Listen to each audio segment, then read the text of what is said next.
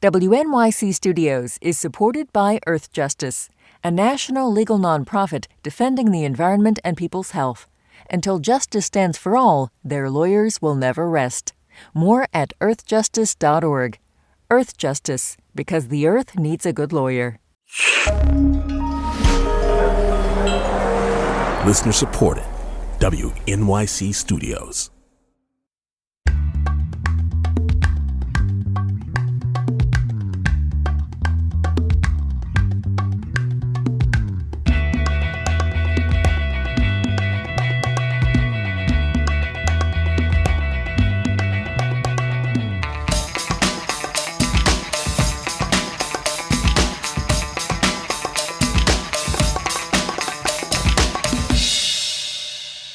You are listening to All of It. I'm Allison Stewart. Happy Thanksgiving.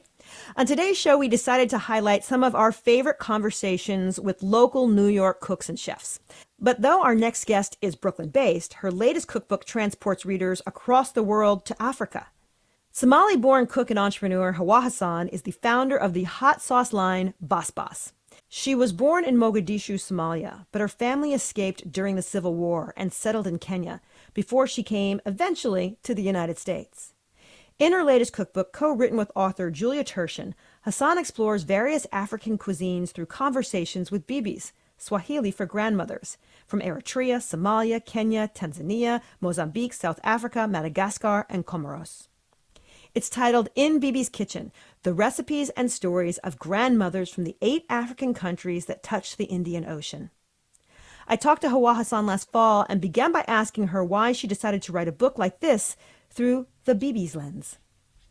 I felt that it was reflective of my own personal stories. I spent a great deal of my childhood at the feet of women who were a lot older than me. They'd been people whose stories I'd hung on to deeply to survive in Seattle. But more than anything, I thought that they were people who were being left out of the narrative, especially pertaining to what we were seeing on TV and in cooking. There had been a way like perfect Instagram stories and photos, and for me, it just wasn't reflective of what I knew about food.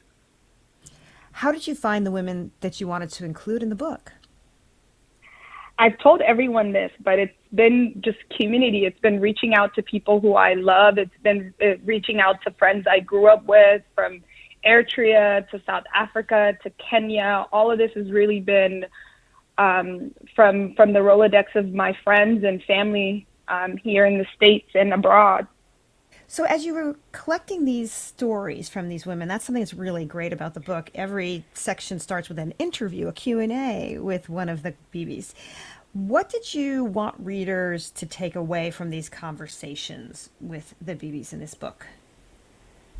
I wanted people to see themselves in this book. I wanted people to read the stories of these women and not only learn something new, but to see their own bibis, you know, to see how we're much more alike than we are different. And I knew that if we were coming from the place of not just grandmothers, but the Indian Ocean and spices and this world that seems so far from the West, and we did it from the perspective of these matriarchies, it would be an easier end to tables across the country. The book is a part of a whole plan you had. You had a whole game plan that you were going to start your company, and then you were going to get a cookbook, and you write the plan for that, pitch the cookbook, pitch the TV show. So let's start with the company that you started, the condiment line. Bas Bas means chili, as what I understand in Somali. It means chili in Somali, yeah. What's the story behind these sauces? How did you know where to start? I didn't. I think there's like a great quote by Will Smith that says, like, you have to be a little naive in order to do things that are scary. And so that I was, but in 2008, I reunited with my family after being apart for 15 years. And one of the things that resonated with me when I got there was this deep longing I had to not only reconnect with my own family, but my identity as a Somali person, which was something I had really kind of like buried over the years, to not seem different or like an outsider growing up in Seattle. But moving to New York really empowered me in that, like, I was different. It was obvious to me. It was obvious to everyone around me. And then the reunion just gave me the power I needed. And then the reconnection through food with my family encouraged me to kind of step away from the career that I had developed for myself, which was modeling, which was really based on living out other people's stories.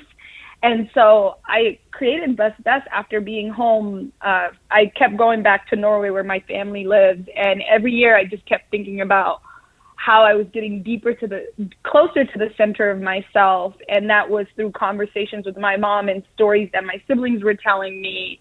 And I kept coming home and longing for that. And I just kept thinking, what if I started developing stories around who I am and where I come from? And I did it through condiments. You know, what if we just inched our way to the table? But as you said, Allison, the bigger dream really has been not to only be at the table, but create our own. Mm-hmm. When I think about hot sauces, I mean, it's just sort of, you know, one of those things people like to talk about, hot sauce in their bag.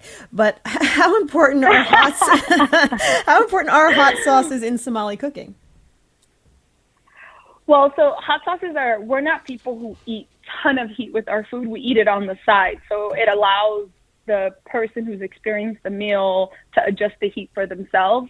So, you know, Best Best, every family has its own version of it. But it's made fresh every day, and it's eaten on the side of our lunch, our dinner, our snacks. And so for me, it was just about allowing people access to these flavors and then having them introduce it to their table however they saw fit. Now, I want to point out, your mom sounds like a really incredible woman. She was able to get her family out safely. She was able to start small businesses. How much of an influence did your mom's decision to start a business and be an entrepreneur, how much of that rubbed off on you? Oh, a lot. I mean, I come from this place of thought that is, if she can do it, so can I, which sometimes, again, is really naive because my mom is incredibly powerful. But, you know, my mom, when she had us, was in her late teens, and she's got 10 kids and has gracefully gone from country to country, learning languages, setting up shop, and starting over whenever she's needed to while still being a pillar for her community.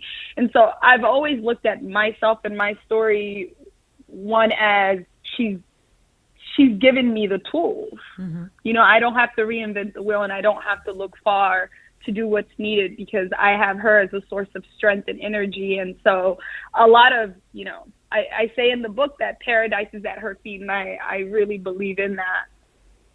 My guest is Hawa Hassan. The name of her book is In Bibi's Kitchen, the recipes and stories of grandmothers from the 8 African countries that touch the Indian Ocean. Let's get into the book. You write in the intro that these are all home cooking recipes. What does that mean exactly? Things that are created by people who are not per se professionals, but are really authorities on food.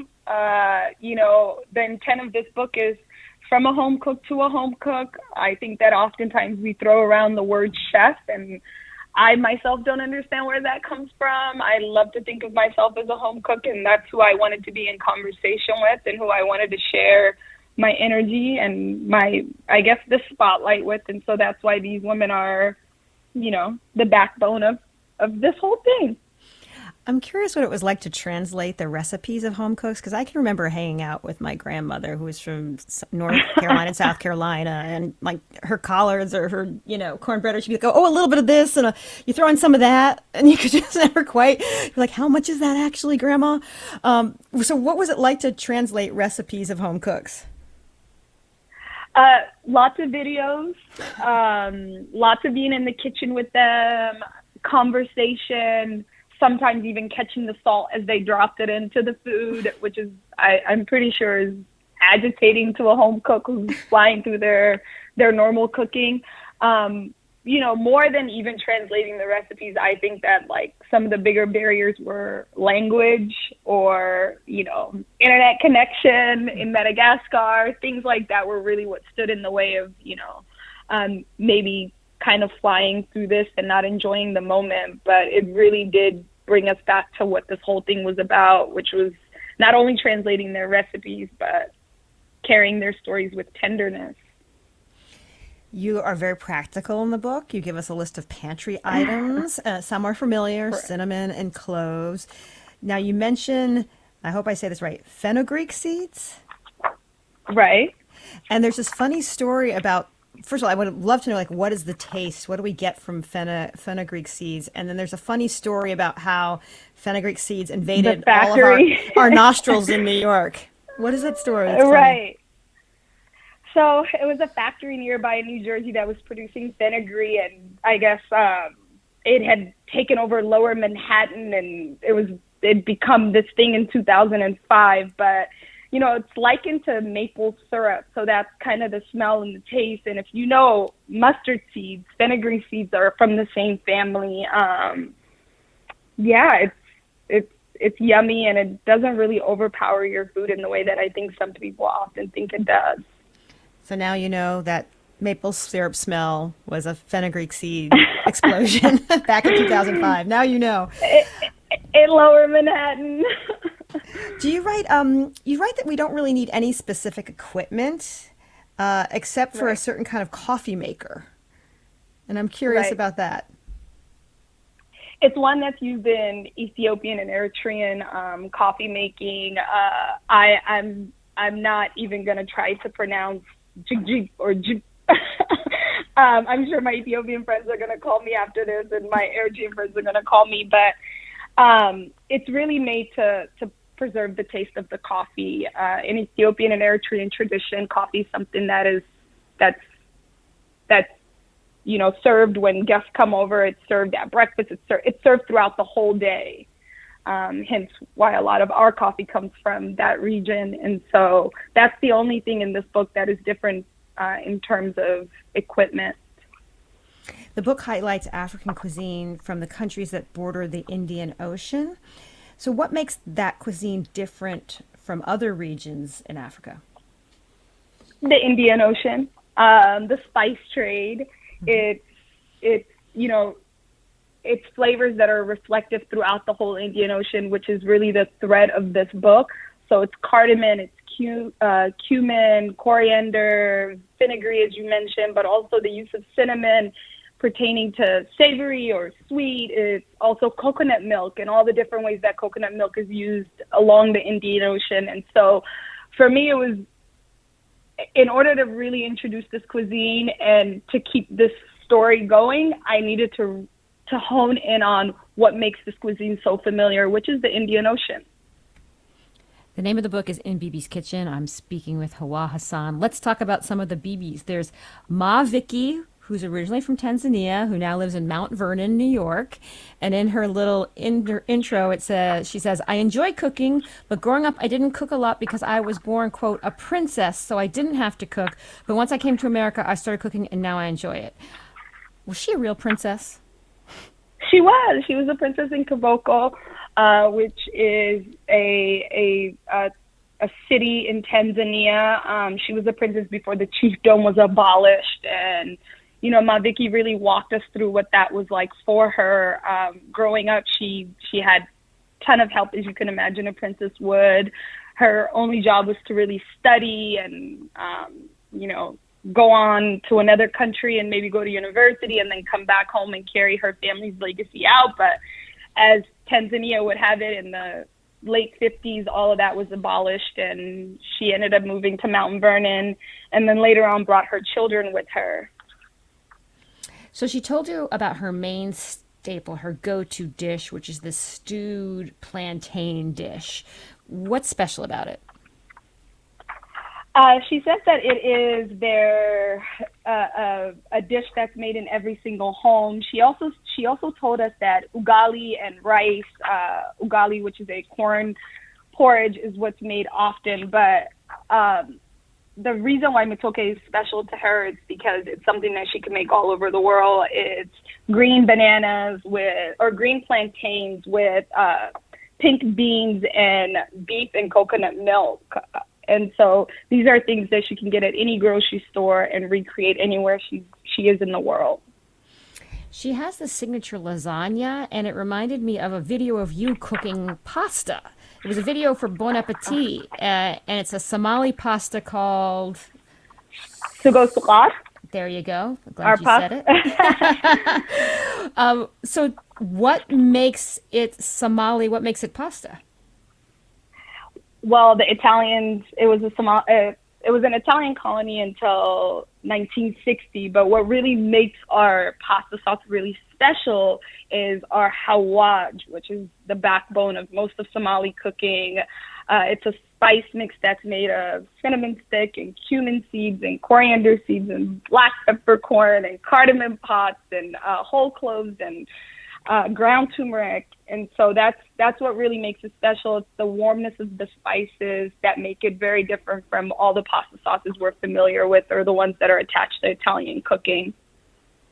Another Bibi we meet is Maganette in Yonkers, New York, and she makes an Eritrean flatbread. It's called kicha. And you write that this is a great introduction to making bread at home. Why? Right. It's only a few steps. It's from, if I'm recalling a memory, it's only three things. It's wheat flour, regular flour, kosher salt, warm water, and some oil. It takes only a few minutes. It's something that I make every day, and it doesn't take much more than 15 minutes to make. And, it doesn't have to rise. You don't have to leave it for a long time like anjera. And so I'm glad that she introduces our audience to this because it's much more easier to make than sourdough, people.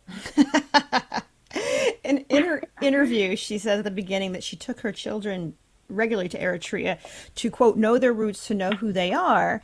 And as we mentioned earlier, that was a really big part of your personal journey, having food connect you to your heritage. When did you know that food was going to be the conduit between you and sort of reclaiming your Somali heritage?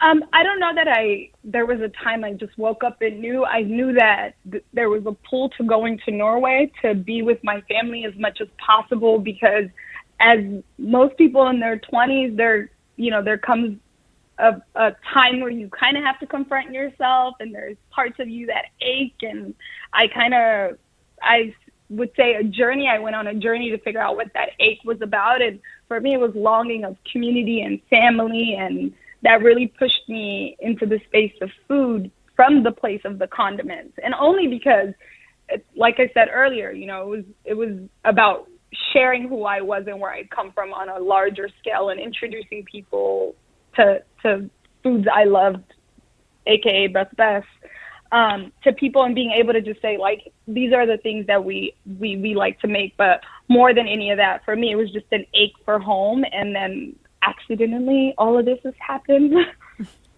Maybe some planning. Maybe a little planning. My guest was Hawa Hassan. The name of the book is In Bibi's Kitchen, The Recipes and Stories of Grandmothers from the 8 African Countries That Touch the Indian Ocean. Chapter 2 is about Somalia. We meet Ma Halima. She now lives in Minneapolis. She tells us about a dish that is described in the book like a Somali stir-fry with bite-sized pieces of beef sakar, I think it's called. Yes. What makes this, like all different cultures have a sort of a stew or a stir fry. What makes this one particularly special or distinctive to Somalia? Again, it's the hawaj. It really is what speaks to, it's really what speaks to all of our foods. And so it's not much more different than a lot of stews that we've seen. It's, again, made with like beef chunks and a yellow onion, thinly sliced carrots, ground cumin, ground turmeric, all those spices I spoke about earlier, a yellow pepper, lime juice, cilantro. Like, those are things that are reflective of the Indian Ocean no matter where you are. The cilantro, the lime juice, the peppers, the cumin, the turmeric. And so it's the same thing that is in our sugo suqar. So this is a beef suqar similar to that. It's the hawaj that is the main character in both dishes. It's a question is asked of many of the Bibi's, the thing that is misunderstood about your country. And the thing that she says is that it is beautiful. People misunderstand about the war, that Somalia was beautiful. What else did she tell you about Somalia that you included in this book that was particularly meaningful to you? I mean, Ma Halima reminds me so much of my mom in that there's like commotion and she's incredibly intelligent, but there's like this authority power when you're in her presence.